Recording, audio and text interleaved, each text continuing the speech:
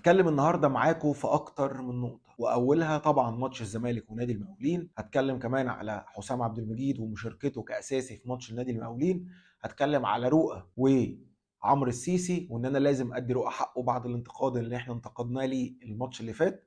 هتكلم كمان عن كابتن امين عمر، الحكم الدولي الكبير اللي انا مش عارف ازاي هو بيقولوا عليه حكم حتى كمان محترف، دي انا ازاي مش فاهمها. هتكلم حته صغيره كده على احمد علاء اللي شاور وراح لغايه جمهور نادي الزمالك اللي انا كنت موجود في الاستاد وشفته. وطبعا هتكلم في الاخر عن حبيب قلبي اللي ما اقدرش انساه وما اقدرش ان انا اعدي فيديو كابتن اسلام سكريبت، اللي هو اسلام الشاطر سابقا.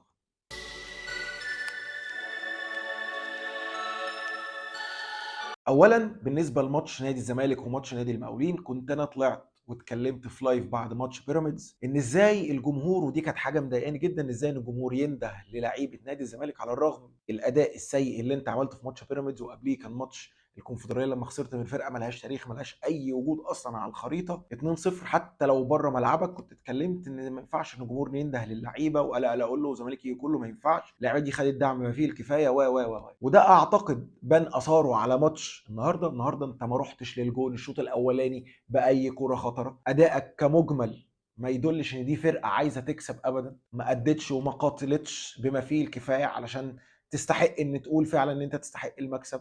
كان في غلطات تحكيميه، هنطلب بحقنا، وده هاجي اتكلم فيه لما اجي اتكلم على كابتن امين عمر، ولكن انت لا تستحق المكسب لو هنتكلم كفنيات او ككوره بس. الحاجه الثانيه اللي عايز اتكلم فيها وهي قصه رؤى وعمرو السيسي، اللي انا كنت طلعت في لايف بعد ماتش الزمالك وبيراميدز على الفيسبوك واتكلمت ان انا عملت مقارنه ما بين رؤى وما بين عمرو السيسي. اتكلمت ان الاثنين كانوا سيئين جدا في ماتش بيراميدز، ولكن انت لو هتخيرني ما بين رؤى وعمرو السيسي هختار رؤى على الرغم من اخطائه واللي تبان في الماتش اكتر من اخطاء عمرو السيسي. وده لسبب ان عمرو السيسي اصلا ولا عايز يستلم ولا عاوز يظهر ولا عاوز يضغط ولا عايز يعمل اي حاجه، هو اخره بس الكره تجيله ويجري خطوتين يمسك رجله يقعد 3 ساعات في الارض. اما رؤى على الرغم من ان هو كان مستوى سيء الا انه مش خايف يستلم، دايما بيحب يظهر لزمايله، بيضغط دايما على كل كوره، ما بيخافش. فعلشان كده غلطاته بتتبروز بشكل اكبر وغلطاته بتبان اكتر ان هو بيلمس الكوره اكتر. وقلت ان انا بالنسبه لي رؤى اكتر كمان ان هو بيديني دايما ال100% بتاعته، حتى لو احنا مختلفين على ادائه الفني، ولكن بيديني ال100%. ولو قدامه يدي اكتر من 100% هيعمل ده ومش هتاخر، زائد ان هو راجل ملتزم ومخلص جدا في الملعب حتى لو ليه غلطات كتير. النهارده بقى في ماتش نادي المقاولين، رؤى ربنا كرمه وربنا اداله ان هو عمل ماتش اكتر من ممتاز الشوط الثاني اللي هو لعبه، وعمل اسيست. انا فعلا الجول ده كان نفسي يتحسب بسبب رؤى، ان هو كان يستحق علشان مجهوده اللي عمله ان هو يتبروز في لقطه زي الجون بتاعه مصطفى شلبي. نيجي بقى لكابتن امين عمر اللي هو المفروض انه حكم دولي، وانا مش عارف ازاي هو حكم دولي. وسمعت كابتن سمير عثمان في قناه اون تايم بيتكلم ان هو كمان حكم محترف. انا مش فاهم يعني ايه حكم محترف، بس اكيد دي حاجه كويسه ودي حاجه مميزه.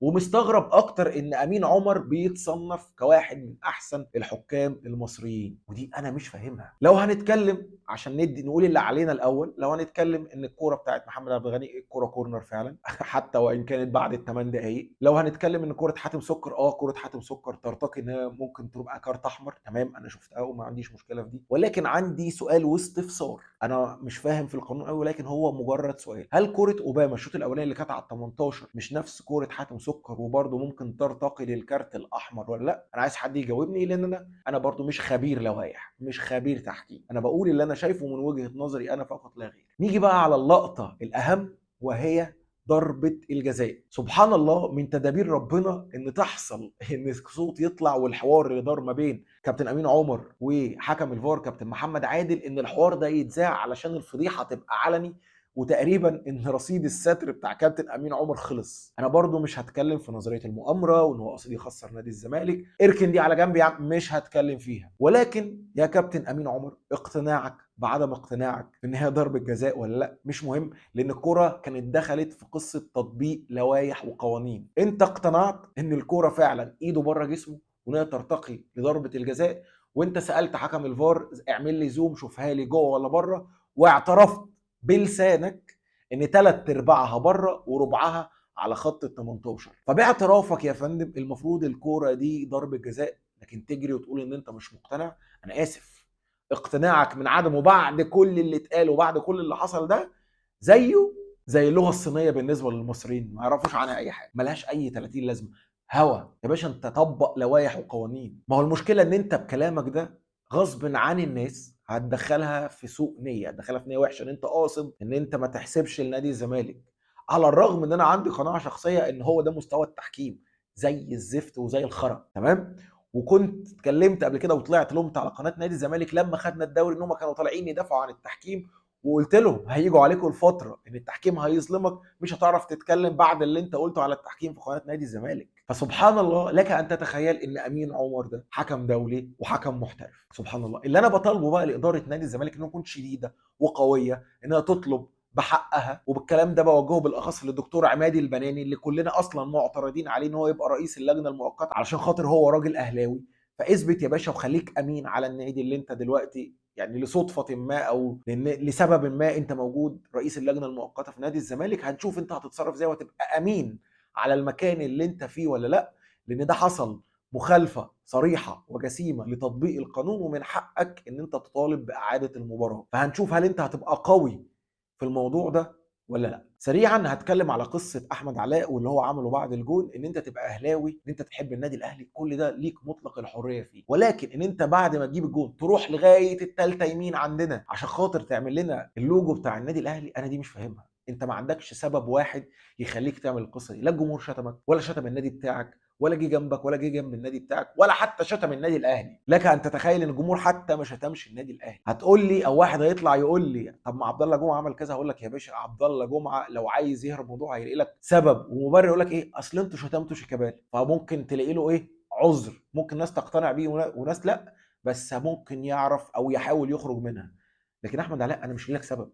يا راجل ده جمهور النادي الاهلي ده كان عامل حمله على اخوك محمود علاء، وقدر ان هو يخرجه بره تركيزه ويشتته ويخليه مش مركز في الملعب، وقدر ان هو يخليه يمشي من نادي الزمالك. فانا مش فاهمك بصراحه.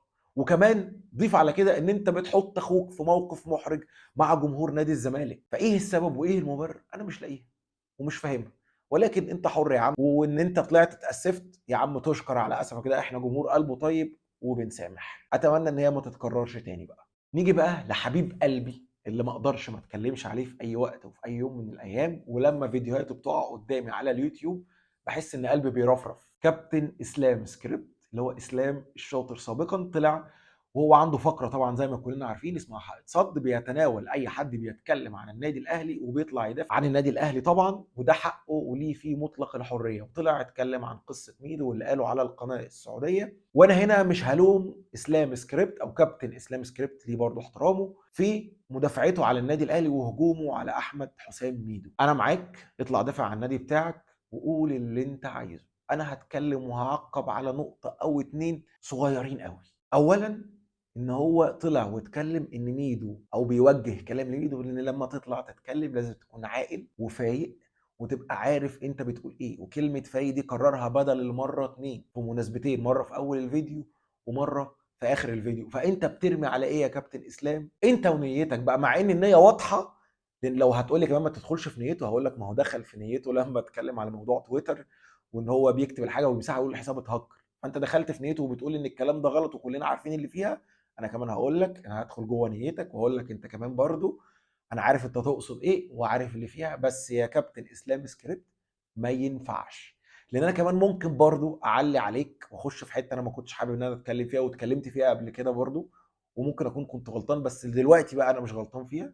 انت راجل بتصلي وعندك زبيبه صلاه، فهي حاجه من الاثنين. وانا عارف اللي أنا بقوله ده غلط ومفروض ما اقولوش، بس انا هقوله لك لان انت برضو دخلت في النوايا ودخلت في حته ما احبش ان انت كنت تدخل فيها.